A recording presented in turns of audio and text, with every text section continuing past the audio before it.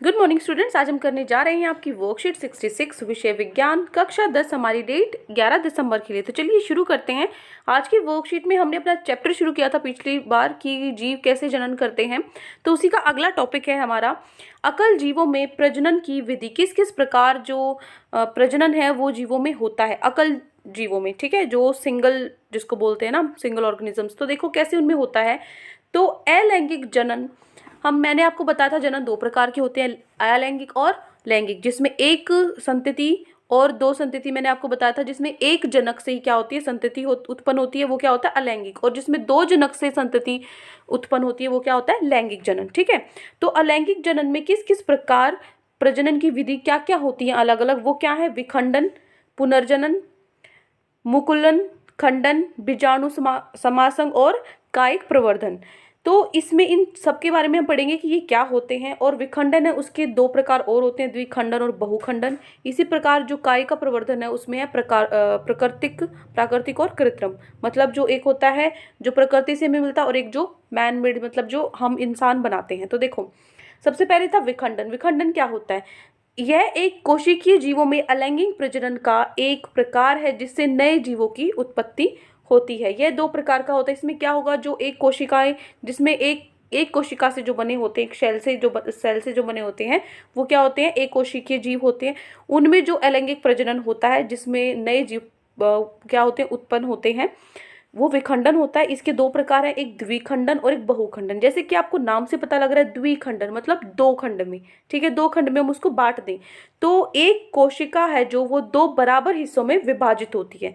जैसे कि अमोइबा है, लेशमीनिया है, ये सब क्या है, किसके एग्जाम्पल, द्विखंडन के। दो खंड में जो बट जाती है, बराबर दो हिस्सों में विभाजित जो हो जाती है वो क्या होता है द्विखंडन। बहुखंडन क्या होता है, बहु मतलब मल्टीपल, बहुत सारी। तो एक कोशिका एक साथ कई कोशिकाओं में विभाजित होती है। ठीक है, उदाहरण के लिए प्लाज्मोडियम है, मलेरिया का परजीवी जो होता है, अमोइबा प्रतिकूल परिस्थिति में, ये क्या हो जाएंगे बहुखंडन के उदाहरण। यहाँ पे देखो आपको दिया हुआ है, चित्र में दिखाया हुआ है किस प्रकार पहले ये एक था, धीरे धीरे करके ये दो बने, फिर अलग हुए, फिर ये अलग अलग बिल्कुल दो उस भागों में बराबर हिस्सों में ये बट गए। और ये किसका है, जो हमारा बहुखंडन है, कि जो एक कोशिका है वो कितने सारे भिन्न भिन्न उसमें हिस्सों में बट जाती है। ठीक है, उसके बाद है मुकुलन। मुकुलन क्या होता है, प्रक्रिया जिसमें एक वृद्धि माता पिता जीव के शरीर पर बनती है, उसके बाद वो अलग हो जाती है और एक नया जीव बन जाती है, जैसे खमीर और हाइड्रा होते हैं। ठीक है, मतलब क्या होगा, जो अपने माता पिता है उसी के हिस्से पे, उसी के शरीर पे वो क्या हो जाती है, उग जाती है। ठीक है, उसके बाद वो अलग हो जाती है और अलग होने के बाद वो अपना दोनों अलग अलग बन जाते हैं। देखो यहाँ पे देखो ये क्या है, इस तरीके से इसके हिस्से निकलाते हैं। ठीक है, ये हिस्सा निकला है, उसके बाद ये बड़ा हो जाएगा, उसके बाद क्या हो जाएगा, ये बिल्कुल अलग अलग हो जाएगा। ठीक है, ये अलग हो जाएगा और ये अलग हो जाएगा, तो ये दो अलग जीव माने जाएंगे। ठीक है, तो अपने जो माता पिता है उनके शरीर से बनकर ही जो अलग होकर एक नया जीव बन जाता है वो क्या होता है, मुकुलन होता है। उदाहरण जैसे खमीर और हाइड्रा है। उसके बाद है बीजाणु समासंग। ये क्या होता है, इसमें जो बीजाणु है एक मोटी दीवार वाले सूक्ष्म अलैंगिक प्रजनन निकाय हैं। ठीक है, एक ऐसी दीवार होती है, मोटी थिक होती है। बीजाणु स्पोरेंजियम में बनते हैं। अंकुरण पर प्रत्येक बीजाणु एक नए जीव, जैसे राइजोप्स है, पेनिलिसियम है, ठीक है, पेंसिलियम है, ये क्या है, इनको जन्म देते हैं। जैसे ये आपको उदाहरण पे है, आपको दिख रहे हैं छोटे छोटे बिल्कुल, इसमें क्या होते हैं छोटे छोटे कण, इस तरीके से देखो, इस तरीके से बीजाणु होते हैं, यहाँ पे आपको दिख भी रहे होंगे। ठीक है, ये हैं बहुत ही छोटे, मतलब इनको क्या हम डायरेक्ट आंखों से नहीं देख सकते, जो हमारे माइक्रोस्कोप है ना उससे ये ढंग से दिखेगा। आप ये बिल्कुल डॉट की जितना ये डॉट है ना, ये देखो जितनी ये डॉट है इतना सा इससे भी छोटा होता होगा, बहुत ही हल्का होता है, बहुत ही हल्का। और इनकी जो दीवार होती है वो क्या होती है, थोड़ी सी मोटी होती है, लेकिन ठीक है, इसको हम माइक्रोस्कोप से देखते हैं। अब देखो उसके बाद है विखंडन। विखंडन क्या होता है, इस प्रक्रिया में जीव दो या अधिक टुकड़ों में टूट जाता है। विखंडन में क्या हो जाए, खंड मतलब हिस्से, अलग अलग टुकड़ों में टूट जाना। तो विखंडन क्या होता है, इस प्रक्रिया में जीव है वो दो या दो से ज्यादा टुकड़ों में क्या करता है, टूट जाता है। और जो प्रत्येक टुकड़ा है वो अपने आप में एक जीव विकसित हो जाता है। ठीक है, वो अब जो टुकड़े हिस्से अलग हुए ये नहीं कि वो मृत हो जाएंगे, वो खत्म हो जाएंगे, जो टुकड़े टूटे हैं वो क्या हो जाएंगे, अपने आप में नए जीव की तरह विकसित हो जाएंगे। जैसे क्या है, स्पाइरोगेरा है। यहाँ पे देखो ये आपको जो नीचे चित्र दिया हुआ है, इस चित्र में अच्छे से बताया हुआ है कि ये क्या है, आपका नाभिक है, ये आपकी जो हरे हरे बीच में जो ये बिंदु हैं ये क्लोरोप्लास्ट है, ये आपकी कोशिका झिल्ली है। ठीक है, ये सेल वॉल है। यहाँ पे आपको पुनर्जनन में क्या होगा, जो मूल शरीर है, मूल शरीर के अंगों से एक पुनर्जीव वापस प्राप्त करने की प्रक्रिया को पुनर्जनन कहा जाता है। पुनर्जनन विशेष कोशिकाएं, जो स्पेशल सेल होते हैं, उनके द्वारा होता है, जैसे हाइड्रा और प्लिनेरिया है। जो मूल शरीर के अंग है वो दोबारा से क्या होंगे, जो पूरे होंगे वो किससे होंगे, जीव वापस प्राप्त करने को उनके मतलब जो मूल शरीर के अंगों से, जो छोटे छोटे अंग है उनसे मिलकर ये क्या बनेगा, जो मूल शरीर है वो पूरा होगा। ठीक है, वो क्या होगा, पुनर्जनन। और कायिकी प्रजनन क्या होगा, इसमें जो पौधे हैं ना, उस पौधे के प्रजनन की एक अलैंगिक विधि दी है, जहाँ वनस्पति भाग, जो उस पौधे के हिस्से हैं ना, जैसे जड़, तना, पत्तियां, ये क्या है, उस पौधे के हिस्से हैं। इन पौधों के हिस्सों से ही हम नया पौधा बना देते हैं। आपने देखा होगा कई बार ऐसे पौधे होते हैं जिससे क्या होगा, उनका कोई हिस्सा काट कर, किसी का जड़, किसी का तना काट कर हम उगा देते हैं, तो वहां पे वो पौधा दोबारा से उग जाता है, नया पौधा बन जाता है। ठीक है, तो वो क्या होगा, उन हिस्से से जब हम नया पौधा उगाते हैं तो वो क्या होगा, कायिक प्रजनन होगा। ठीक है, उसके बाद देखो यहाँ पे आपके क्या है, 4 प्रश्न आपको दिए गए हुए हैं। तो ये चारों प्रश्न चलो करते हैं। पहला है, द्विखंडन बहुखंडन किस प्रकार भिन्न है। ये भी मैंने आपको पहले ही बताया, द्विखंडन जो 2 भागों में बंटता है और बहुखंडन जो एक कोशिका कई सारी संतति में बंटती है। तो देखो, द्विखंडन बहुखंडन से किस प्रकार भिन्न है, तो उत्तर में आप लिखोगे, पहले ए पार्ट में लिखोगे द्विखंडन। ठीक है, द्विखंडन विधि में कई जीव एक कोशिका से 2 कोशिकाओं में विभाजित हो जाता है। ठीक है, एक कोशिका से क्या बन जाती है, 2 कोशिकाएं बन जाती हैं। उदाहरण जैसे अमीबा में द्विखंडन द्वारा एक अमीबा किसी तल से 2 भागों में विभक्त हो जाता है। ठीक है, जो 2 बराबर हिस्सों में बढ़ जाता है। यहाँ पे आप देखो 2 बराबर भी लिख सकते हो। ठीक है, 2 बराबर ये भी ठीक है, लेकिन आप अपनी उसके लिए लिख सकते हो, द्विखंडन विधि में कोई जीव एक कोशिका से 2 बराबर कोशिकाओं में विभाजित हो जाता है। इस तरीके से आप लिख सकते हो। उदाहरण में अमोबा है जो, वो 2 भागों में बढ़ जाता है। उसके बाद बहुखंडन क्या होता है, उधर देखो ये जो पॉइंट है ना आपका, इसको आप 2 पॉइंट में बना सकते हो। द्विखंडन के 2 पॉइंट हो जाएंगे, एक ये, ठीक है, उसकी परिभाषा, और दूसरा पॉइंट उसका उदाहरण। इसी प्रकार जो बहुखंडन है, बहुखंडन में भी एक उसकी परिभाषा और दूसरा पॉइंट उदाहरण। ठीक है, 2 नंबर में आप इसको कर सकते हो। बहुखंडन में एक कोशिका कई संतति कोशिकाओं में परिवर्तित हो जाती है। उदाहरण जैसे मलेरिया परजीवी है, प्लाज्मोडियम है, ये क्या है, इसके उदाहरण है। तो ये हो गया बहुखंडन किस प्रकार भिन्न है, द्विखंडन और बहुखंडन। उसके बाद जो दूसरा प्रश्न है, बीजाणु द्वारा जनन से जीव किस प्रकार लाभान्वित होता है। तो ये देखो, यहाँ पे बीजाणु जनन की प्रक्रिया में एक बार में बहुत संख्या में बीजाणुओं का निर्माण होता है। ठीक है, तथा ये बीजाणु वायु के द्वारा आसानी से दूर दूर, मतलब क्या लाभ है उसका, जो मतलब बीजाणु है उसको उस द्वारा जो जनन होता है वो किस तरीके से लाभदायक है उसके लिए। ठीक है, बीजाणु किस तरीके से लाभदायक है जनन के लिए, तो उसका उत्तर हम बता रहे हैं।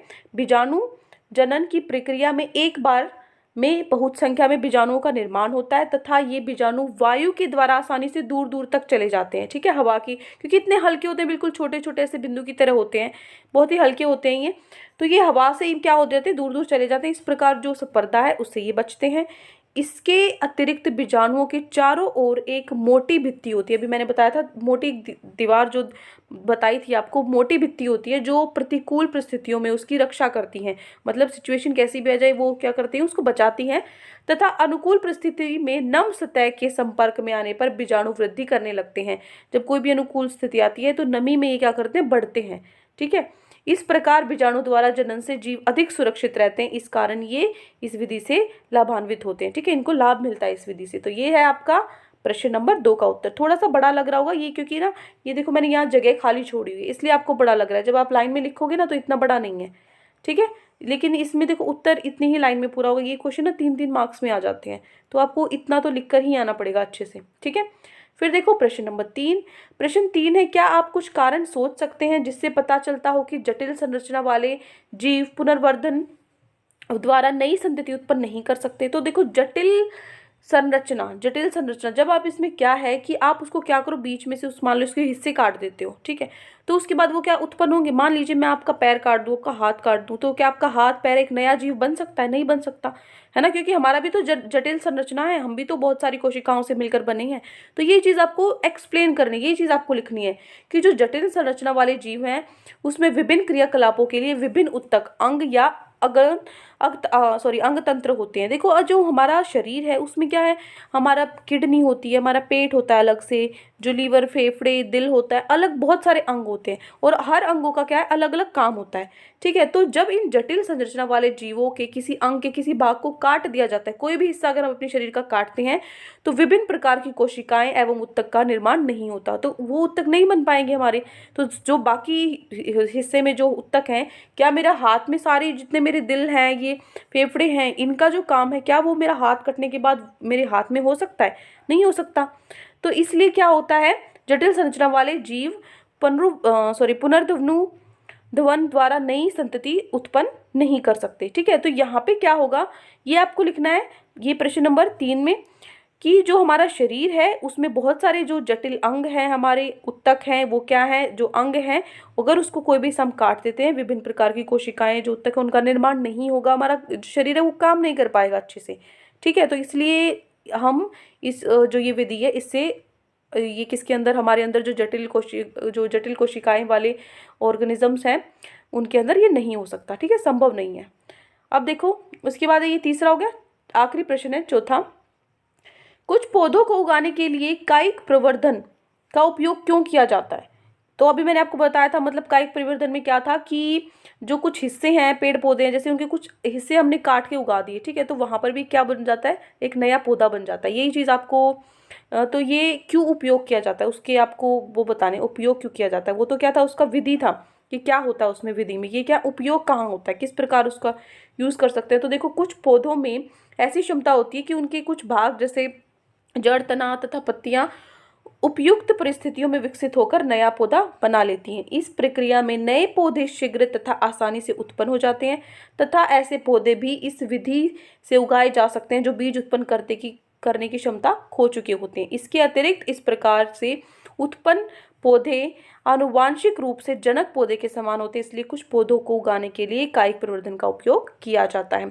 जो हिस्से हैं जिन्होंने अपनी क्षमता खो चुकी है उनको हम क्या कर सकते हैं, बीज उनका कुछ हिस्सा काट कर उनको उगा सकते हैं। इस प्रकार ये ना प्रयोग हो जाता है। ठीक है, तो ये आपका प्रश्न नंबर 4। ठीक है, तो ये 4 प्रश्न आज आपकी वर्कशीट में दिए गए थे। आपको आई होप अच्छे से समझ में आ गई है। कोई भी डाउट है आपको पूरी वर्कशीट में तो कमेंट सेक्शन में आप हमसे पूछ सकते हैं, और अगर आपको हमारी वीडियो अच्छी लगे तो हमारे चैनल को सब्सक्राइब भी कर सकते हैं। Thank you and have a great day.